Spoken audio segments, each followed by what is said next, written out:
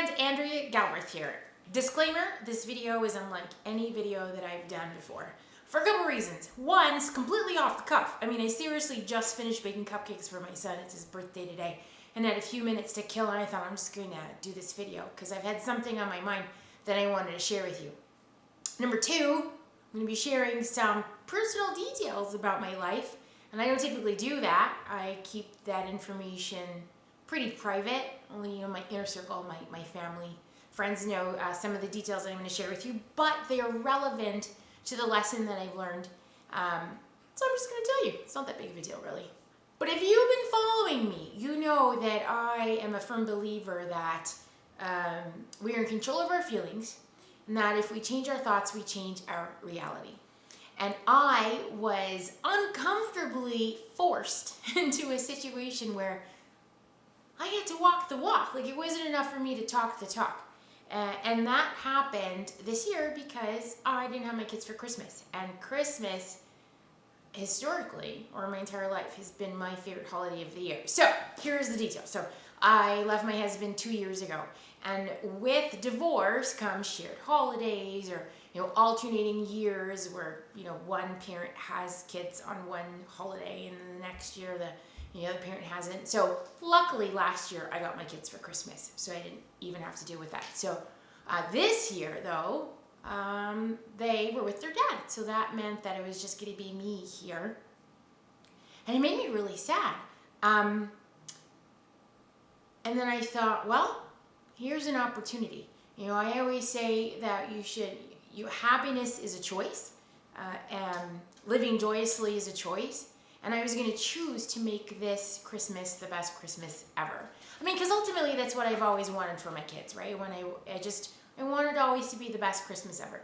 I'm a traditionalist, so for me, I have like the tree, and I like to decorate it, and I play certain music, and I always bake, and I actually get a little too controlling over Christmas because I always want it to be perfect. And I thought, well, shit, this year is going to be unlike any other year, so I'm done trying to control all that stuff. I'm going to focus solely on my kids and making sure that they have the best time ever.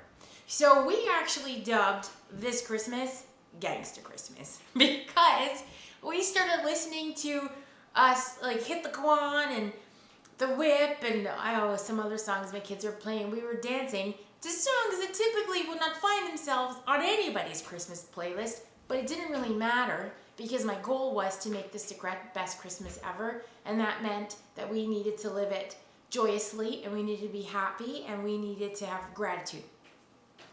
And that's exactly what happened. We just moved everything up a weekend, an early weekend. We did the exact same things mostly, like Christmas Eve. I make appetizers for my kids, and we watch Elf. And usually you just go to bed and the next morning wake up, open our presents. We just opened it up that same evening, and it was incredible. We had the most amazing time. And then they went to their dad's. And then that left me home by myself the entire Christmas week. And it's just me here in California. My family's in Canada and Jamaica. But I do have an amazing circle of friends. And I got invited Christmas Eve to my friend Christine's house, and then Christmas Day, my friend Holly's house. And historically, I would have probably said no because I would have felt like an imposition. But I thought, this year is a year of trying things new. And I went, and I felt grateful. Oh, there's George. George always shows up. He's a video hog. And then I went on a date. Christmas, yay, because what do single people do? They go on a date. It doesn't matter what day it is, right? Anyway, long and short of it is that I had decided that I was going to go through this holiday and I was going to make it the best holiday ever. My life is completely different than it ever has been, and it certainly isn't. I did not imagine my life to be this way at 39 years old. I didn't think it'd be single. I didn't think I'd be sharing holidays with my ex-husband and, not having my kids. But it's my reality. So I can choose to be beaten by it and sad, or I can just continue to be amazing. And that is what I decided to do. So I'm sharing all of these details with you because I don't know, someone out there I'm sure could use this. I don't know how your holiday is. I don't know what's going on in your life. But sometimes our lives will change. And then we have a choice. We have a choice to let it beat us and get sad and feel defeated, or we can take the opportunity to create something new, something better, something great. And I have to say that this Christmas might have been the best, greatest Christmas that I've ever had with my kids, because we laughed, we cried, we enjoyed each other, and then they left for the week, and I was like, okay, what am I going to do with my free time?